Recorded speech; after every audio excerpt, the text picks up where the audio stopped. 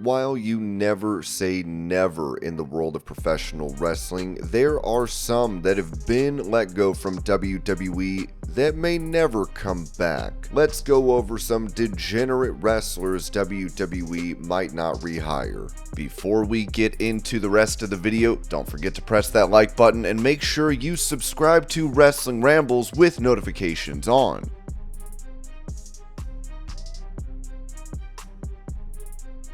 Starting off, we have Matt Riddle. Riddle made his name starting out in the world of mixed martial arts. He would become known for his time on The Ultimate Fighter, the season where Team Rampage Jackson took on Team Forrest Griffin in 2008. Riddle would have a claim to fame for his 9-second fight against Dan Semler, where he won the fight by knockout with a punch. It appeared as though Riddle was a bright prospect. He would ultimately come up short in The Ultimate Fighter. In a second fight, he would be submitted via armbar. He would go on to have a fairly successful UFC career, where he ended up having 7 wins, 3 losses, and 2 no contests. These no contests were originally wins for Riddle, but would be overturned after testing positive for cannabis. This would lead to yet another moment where Riddle was in the spotlight and something he is known for, where he would be fired from the UFC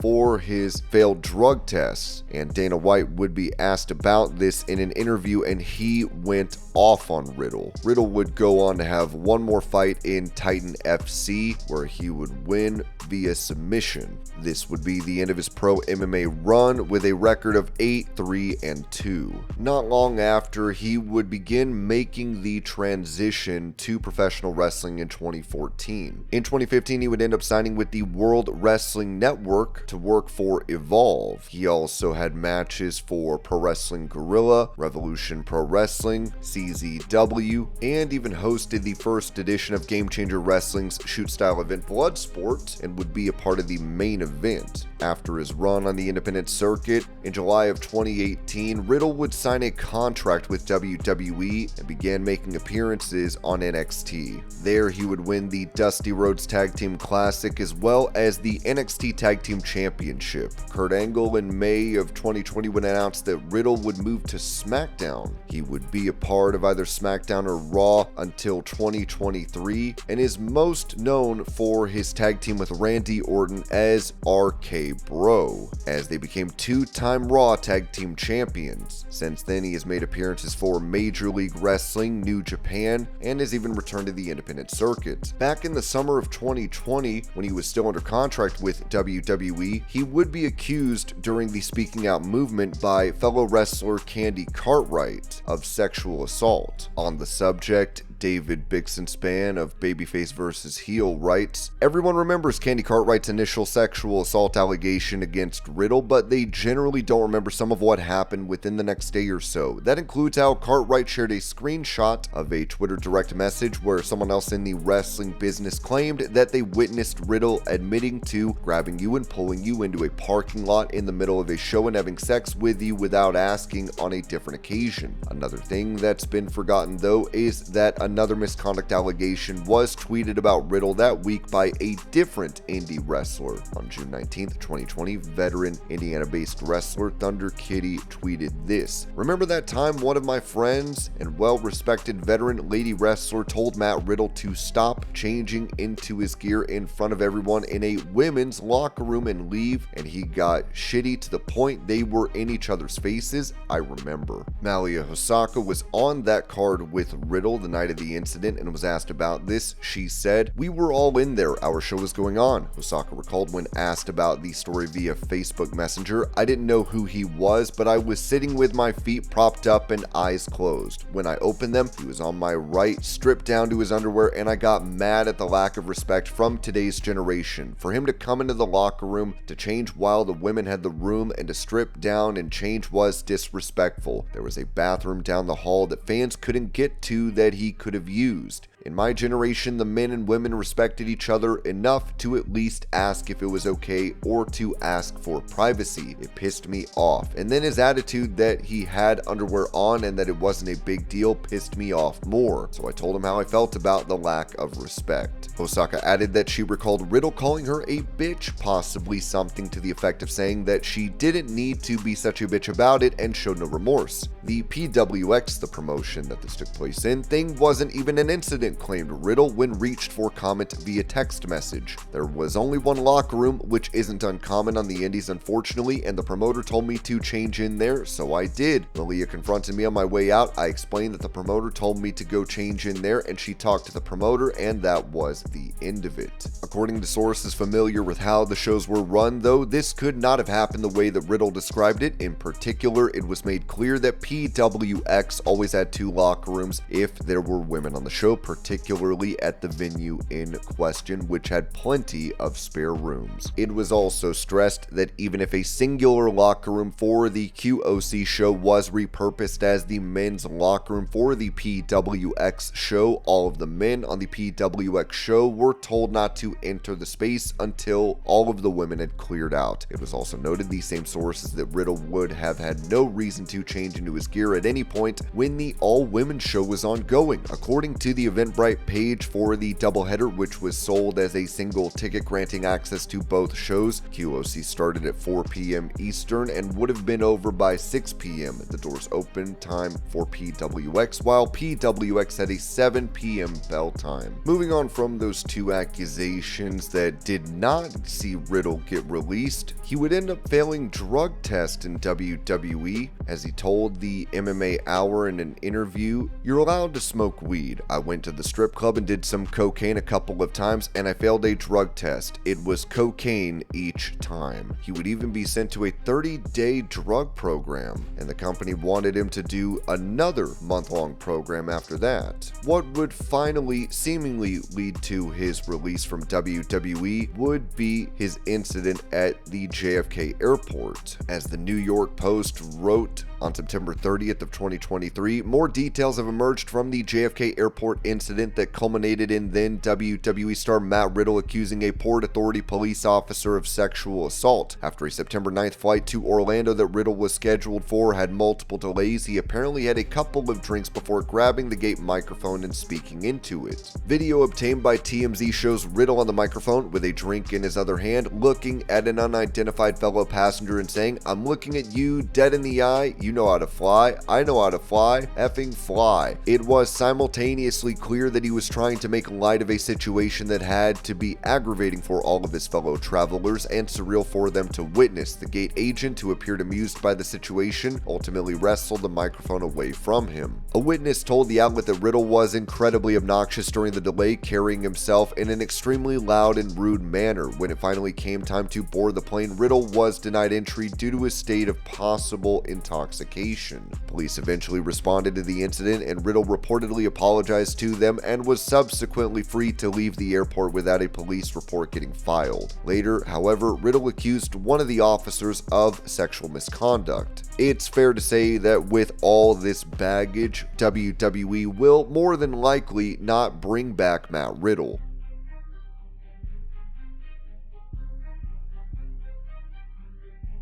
Moving on, we have Odyssey Jones. In June of 2018, he would have a tryout with WWE, and by February of 2019, he would be hired and begin training at the Performance Center. He would have his first match against Dexter Lumis at a house show in November of 2019, and had a handful of matches in late 2019 and early 2020 before going on hiatus for over a year. He would make his return in July of 2021, now using the name Odyssey Jones, where he would have dark matches on SmackDown. He would have his first TV match during an episode of 205 Live in July of 2021. He would wrestle his first televised NXT match on July 20th. By January of 2022, he would rupture his patella tendon and needed surgery later in the month. He would return in October of 2022 at NXT, and then by the 2023 WWE Draft, he would be moved to Raw. He would take part in the Superstar Spectacle in India, losing to Braun Breaker. He would not be heard from again until the 2024 WWE Draft, where he was once again drafted to Raw. He would then debut on Raw in August and started a program with the New Day. This would be scrapped the next month in September after allegations of domestic abuse came out. He was removed from the company's active roster on September 2nd, and on September 3rd, Fightful Select reported that Odyssey Jones was removed from WWE TV when domestic violence allegations came to WWE's attention.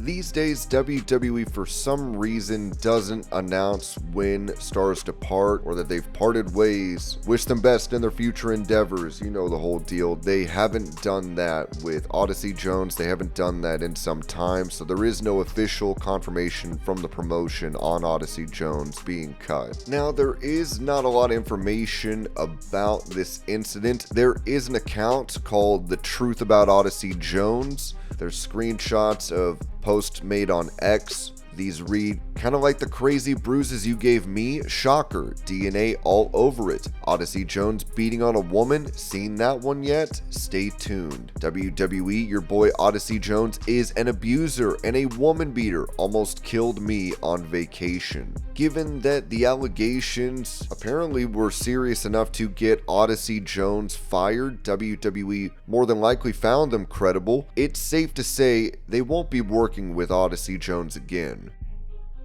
And these were a couple degenerate wrestlers WWE might not rehire. I hope you're all having a great day. Thank you so much for watching, and I will see y'all later.